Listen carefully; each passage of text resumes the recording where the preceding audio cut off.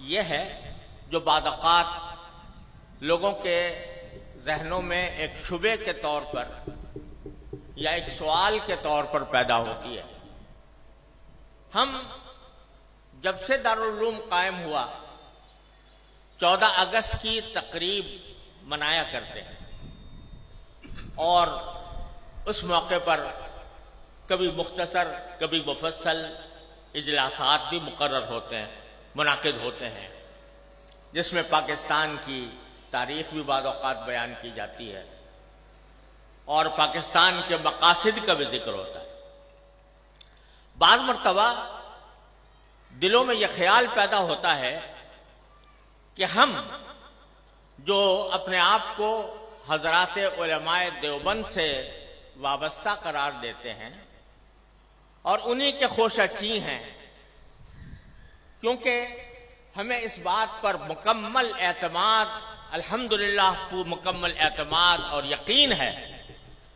کہ حضرات اکابر علماء دیوبند ہمارے بہترین اسوہ اس لیے ہیں کہ وہ اتباع سنت کی تصویر ہے، اور ہمیں اس بات پر مکمل اعتماد ہے کہ اہل السنت والجماعہ کا جو طریقہ ہے وہ ہمارے حضرات اکابر علماء دیوبند اس کا مظہر ہے، ما انا علیہ و اصحابی کا مظہر ہے۔ تو چونکہ حضرات علماء دیوبند اور ان کی اتباع میں ہم بحیثیت خدام جامعہ دارالعلوم کوئی دن نہیں منایا کرتے، کوئی کسی کی برسی نہیں منایا کرتے، کسی کی پیدائش کا دن نہیں منایا کرتے، یہاں تک کہ اس کائنات میں سب سے زیادہ عظیم ہستی جو در حقیقت وجہ تخلیق کائنات ہے، جناب محمد الرسول اللہ صلی اللہ علیہ وسلم، آپ کا یوم پیدائش بھی ہم لوگ نہیں مناتے۔ آپ کا وہ یوم پیدائش جس کو آج کی اصطلاح میں عید میلاد النبی کہا جاتا ہے، وہ بھی ہم نہیں مناتے، لیکن یوم پاکستان مناتے ہیں، 14 اگست کو یوم آزادی مناتے ہیں۔ تو بعض لوگوں کے دلوں میں یہ خیال پیدا ہوتا ہے کہ جب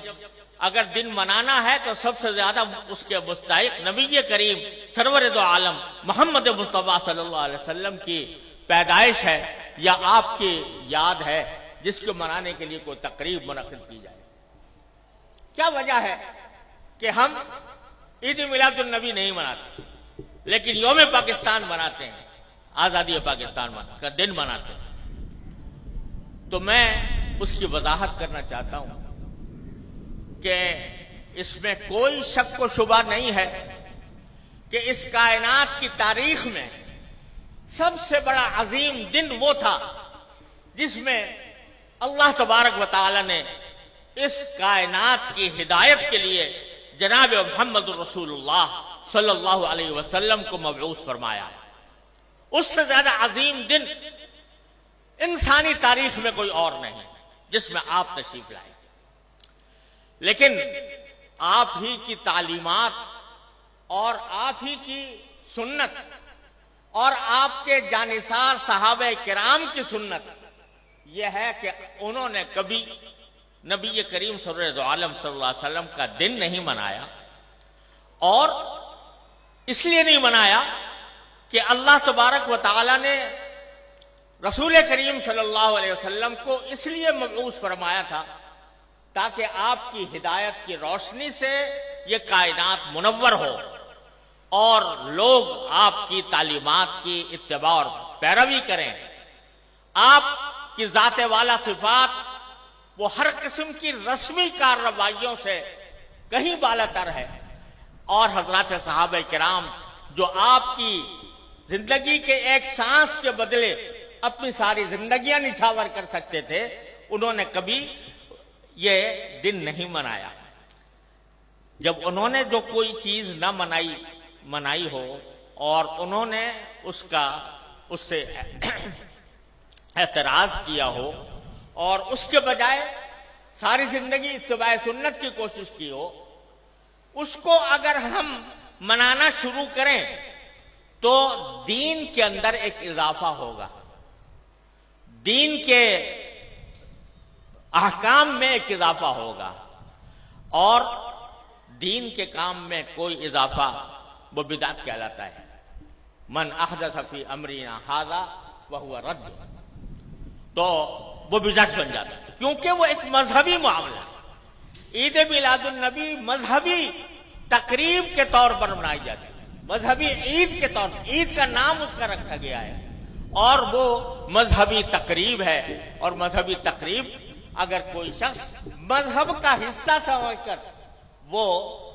بنائے گا تو دین میں ایک اضافہ ہوگا جس کا نام بدعت ہے۔ اس لیے ہمارے اکابر علماء کرام نے اس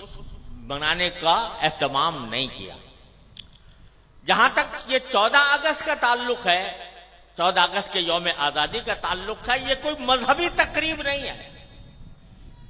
یہ کوئی دینی اجتماع نہیں ہے، یہ دینی تقریب نہیں ہے، بلکہ یہ ملکی تقریب ہے، اور ملک کی آزادی کے طور پر، اس کے ایک نشان کے طور پر اس کو منایا جاتا ہے۔ کوئی شخص بھی جو اس کو منانے والا ہے وہ اس کو دین کا حصہ سمجھ کر نہیں مناتا، اس کو مذہب کا جز سمجھ کر نہیں بناتا، بلکہ ایک ملکی تقریب ہے، ایک ملک کا اللہ تبارک و تعالیٰ نے ایک ملک ہمیں عطا فرمایا، اور ایسا ملک عطا فرمایا جس کی تفصیل مولانا عزیز الرحمان صاحب نے بیان کی ہے، تو وہ ہم ایک ملک کی تقریب کے طور پر بناتے ہیں۔ بدعت اس وقت بنتی ہے کوئی چیز جو شریعت میں نہ ہو اور شریعت کا حصہ اس کو بنا دیا جائے، لیکن یہ کوئی شریعت کا حصہ نہیں، یہ کوئی دین کا کوئی دینی تقریب نہیں، دینی عید نہیں، دینی مذہب نہیں، دین کا کوئی مذہبی حصہ نہیں، لہذا یہ ایک ملکی تقریب ہے۔ اور یہ ایسا ہے جیسے کہ اگر کوئی شخص اپنے گھر کے اندر کوئی کسی اپنے گھر کی تعمیر ہوئی اور اس تعمیر کے اوپر کوئی اجتماع کرے، کوئی دعوت کرے، تو یہ کوئی مذہب کی تقریب نہیں ہے، کوئی دین کی تقریب نہیں ہے۔ اسی طریقے سے ہم یوم آزادی پاکستان کا اس لیے مناتے ہیں کہ اللہ تبارک و تعالیٰ نے اپنے فضل و کرم سے یہ نعمت ہمیں عطا فرمائی تھی، اور